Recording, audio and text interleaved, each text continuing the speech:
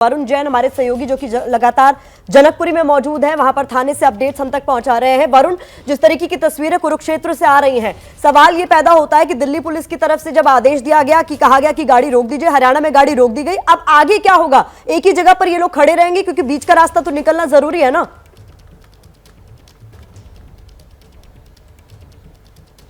देखिए, बिल्कुल कहीं ना कहीं एक गलत ट्रेंड जो है वो सेट होता हुआ नजर आ रहा है कि अगर किसी राज्य की जो पुलिस है किसी पॉलिटिकल पार्टी के अंडर में आती है तो उनका इस्तेमाल इस तरीके से हो रहा है कि जो स्थिति आज पैदा हुई है। अब आप देख रहे हैं कि पंजाब पुलिस यहां पर गिरफ्तार करने के लिए आती है और इधर दिल्ली पुलिस पंजाब पुलिस के खिलाफ मामला दर्ज कर लेती है। जैसा भी हमारे सहयोगी जगविंदर पटियाल ने बताया कि कहीं ना कहीं अब पुलिस, दो राज्यों की पुलिस के बीच में जो कोऑर्डिनेशन होना था, कोऑर्डिनेशन की जगह एक क्लैश की स्थिति होती नजर आ रही है। अब हरियाणा पुलिस ने वहां पर काफिले को रोक लिया है। दिल्ली पुलिस की जो दो टीमें हैं वो जल्दी कुरुक्षेत्र के लिए निकलेगी, लेकिन कहीं ना कहीं जो कानून व्यवस्था है और जो पुलिस है वो पॉलिटिकल पार्टीज के बीच में पिसती हुई नजर आ रही है। नवीन कुमार इस वक्त हमारे साथ दिल्ली बीजेपी से हैं। सर, पंजाब पुलिस का कहना था कि कई बार नोटिस सर्व किया, ऐसा तो नहीं है कि उनको इंटीमेशन नहीं थी, तो फिर ये कानून का उल्लंघन? देखिए, मेरे को नोटिस सर्व किया और बग्गा को नोटिस किया, हमने हर नोटिस का कंप्लाइंस किया है।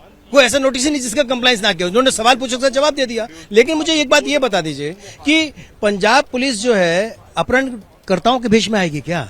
उन्होंने बेलेबल वारंट दिया, नॉन बेलेबल वारंट दिया, अरेस्ट वारंट दिया, मामला हाई कोर्ट में सब जुडिस है, फिर किस लिए आप उठाने के लिए आ गए? तो नूरा किश्ती हुई होगी ना, दो पॉलिटिकल पार्टी के बीच का एक तरह से मामला हो गया और जिसके बीच में जुरिस्डिक्शन जो हमारा जो कानून व्यवस्था है वो पिसती हुई नजर आ रही है। आज अरविंद केजरीवाल एक संगठित गुंडों के गिरोह के सरगना के रूप में पंजाब की सरकार को चला रहे हैं, कानून का पालन नहीं कर रहे हैं। गुरु ग्रंथ साहब की बेअदबी करने वालों को गिरफ्तार नहीं किया जाता, ब्रूटल मर्डर हो रहे हैं पंजाब में, उनको गिरफ्तार नहीं किया जाता। हम लोगों के पास पुलिस वाले भेज रहे हैं, कभी मेरे खिलाफ, कभी बग्गा के खिलाफ, कभी कुमार विश्वास के खिलाफ। क्या किया हमने? मैंने तो यही तो पूछा कि दिल्ली के अंदर स्पोर्ट्स यूनिवर्सिटी पर करोड़ रुपए खर्च कर दे, कहां बनी हुई है? वही आप पॉलिटिकली रहे हैं।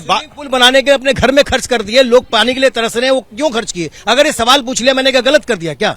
अगर अरविंद केजरीवाल को जवाब देने की जगह हमको गिरफ्तार करने के लिए लेकर के आएंगे। अभी वो कहते हैं मेरे खिलाफ 2 मामले और करें एसआईटी में, आपको भी गिरफ्तार करेंगे। मुझे कहा जा रहा है करो ना गिरफ्तार, क्या करेंगे? हम तो बलिदान और सेवा के लिए बने उस संगठन से हैं, हम सेवा करते करते बलिदान देना चाहते हैं। वो बात आपकी ठीक है, लेकिन अगर आपको लगता है कि मामला गलत तरीके से दर्ज किया जा रहा है, सबको अपनी बात रखने का अधिकार है, तो आपको भी कोर्ट की तरफ जाना चाहिए। हम ही तो कोर्ट गए हैं, हाई कोर्ट में गए हैं, हाई कोर्ट में सब जुडिस है। हाई कोर्ट में बग्गा का, मेरे मामले में एक मामले में और कुमार विश्वास के मामले में हाई कोर्ट ने स्टे कर दिया। बग्गा के मामले में हाई कोर्ट में हियरिंग चल रही है। तो ऐसी जल्दी क्या है भाई? उसने मर्डर किए हैं क्या? उसने रॉबरी करी है क्या? आतंकवादी गतिविधियों में शामिल है क्या? वहां पे खालिस्तान समर्थकों को तो पंजाब पुलिस गिरफ्तार नहीं कर सकती है, आतंकवादी समर्थकों को तो गिरफ्तार नहीं कर रही है, मर्डर करने वालों को गिरफ्तार नहीं कर रही है, गुरु ग्रंथ साहब की बेअदबी करने वालों को गिरफ्तार नहीं कर रही है, हमारे पीछे लगा रखी है। क्या संगठित गुंडों की तरह काम कर रही है? सुना आपने रुमाना, कहीं ना कहीं सवाल उनका यही है कि जब मामला सब जुडिस था, हाई कोर्ट के अंदर बग्गा की तरफ से भी पिटीशन लगाई गई थी, तो ऐसी जल्दबाजी क्या थी? कहीं ना कहीं पंजाब पुलिस का भी जो एक्शन है वो सवालों के घेरे में है और शायद यही वजह है कि अब दो राज्यों की पुलिस इसी वजह से कहीं ना कहीं ये सियासी आर पार है जो हम देख रहे हैं। और आप जहां जनकपुरी थाने में है वहां पर हम देख रहे हैं कि बीजेपी के जो स्थानीय नेता है उन सबका वहां पर जमावड़ा है। आप मुझे ये बताइए, फैक्चुअली दिल्ली पुलिस ने जो अपहरण का मामला दर्ज किया है उसमें शिकायतकर्ता कौन है, उसमें क्या आधार बनाया गया है? क्योंकि पंजाब पुलिस तो बाद में जनकपुरी थाने भी पहुंची ना और यहां पर जाकर जानकारी दी गई कि साहब गिरफ्तार कर लिया गया है। तो टेक्निकली ये मामला फैक्ट्स के हिसाब से किस तरीके से आगे बढ़ रहा है इस पर वरुण? देखिए, जब मैटर रुमाना पॉलिटिकली मोटिवेटेड हो तो फैक्ट्स कहीं ना कहीं 50% रह जाते हैं।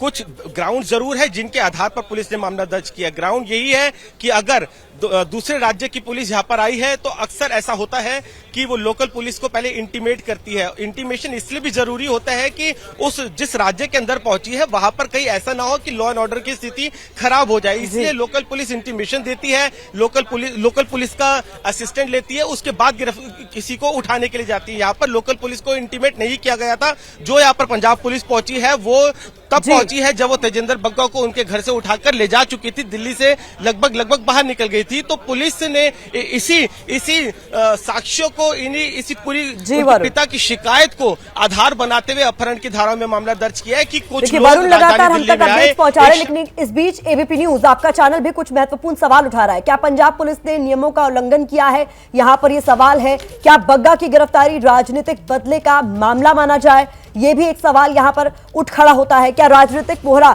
बन गई है पुलिस, सिर्फ ऑर्डर्स फॉलो कर रही है राजनीतिक दलों के? ये भी एक महत्वपूर्ण सवाल जो आपका चैनल एबीपी न्यूज उठा रहा है।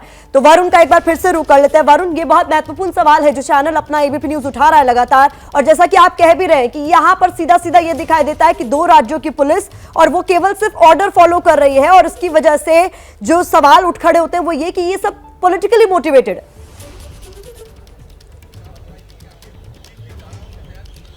देखिए, कहीं ना कहीं साफ नजर आ रहा है कि दो राज्यों की जो पॉलिटिकल पार्टीज है उनके बीच की कहीं ना कहीं एक नूरा कुश्ती हो गई है। मैं इतने साल से क्राइम रिपोर्टिंग कवर कर रहा हूं, ये भी आपको ईमानदारी से बताऊं कि कई बार ऐसा होता है कि दिल्ली पुलिस भी किसी दूसरे राज्य में जाती है, उनके पास पहले से टिप ऑफ होता है, वो उस शख्स को उठाती है और उठाकर दिल्ली ले आती है और दिल्ली में लाकर कोर्ट में पेश करती है। ऐसा हमेशा नहीं होता कि दूसरे राज्य में गिरफ्तारी करने के लिए गई तो पहले वहां गिरफ्तार करेगी, कोर्ट में पेश करके ट्रांजिट रिमांड लेगी, ट्रांजिट रिमांड लेने के बाद ही दिल्ली आएगी। तो कई बार पुलिस के जो एक्शन होते हैं वो तुरंत होते हैं जिससे कि जो आरोपी है वो फरार ना हो जाए। लेकिन यहां पर जो ये मामला है वो कुछ थोड़ा अलग हो जाता है। तेजिंदर बग्गा एक जाना पहचाना नाम है, बीजेपी के बड़े नेता है, उनको नोटिस भी सर्व किया था। तो गिरफ्तारी के लिए अगर पुलिस यहां पर आ रही थी तो लोकल पुलिस को कहीं ना कहीं इंटीमेशन देनी चाहिए थी। साथ ही आरोप उनके पिता की तरफ से भी है। उनके पिता का कहना है कि उनको पगड़ी नहीं बांधने दी गई, साथ ही उनके साथ मार पिटाई की। तो ये पुलिस के लिए आरोप गंभीर हो जाते हैं कि दूसरे राज्य की पुलिस आई, बिना किसी इंटीमेशन के किसी के घर पर पहुंची और उनके साथ मार पिटाई की और उठाकर ले गई।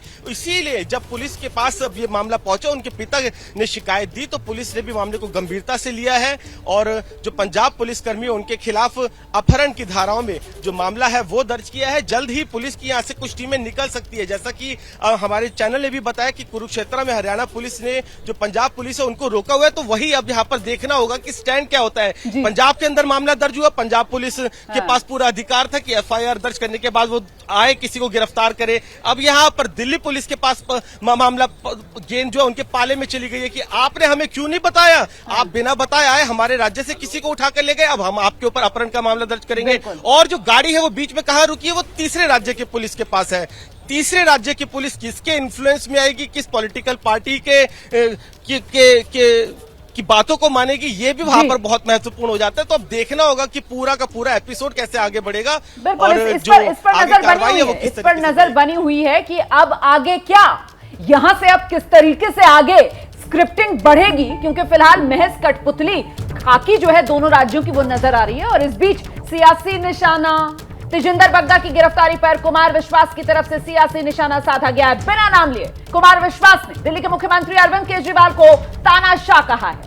टैक्स के ये आपको दिखाते हैं, अरविंद केजरीवाल का ये ट्वीट है। प्रिय छोटे भाई भगवंत मान, खुददार पंजाब ने 300 साल में, ये कुमार विश्वास का ट्वीट है आपके सामने। प्रिय छोटे भाई भगवंत मान, खुददार पंजाब ने 300 साल में दिल्ली के किसी असुरक्षित तानाशाह को अपनी ताकत से कभी खेलने नहीं दिया है।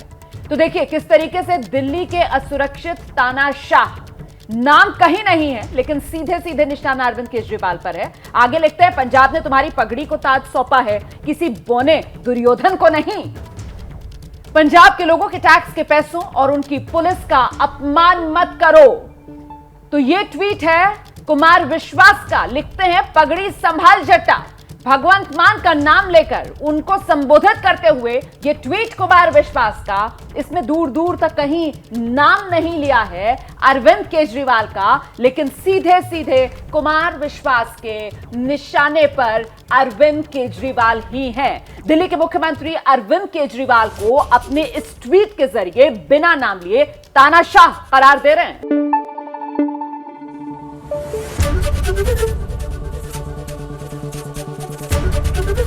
एबीपी न्यूज आपको रखे आगे।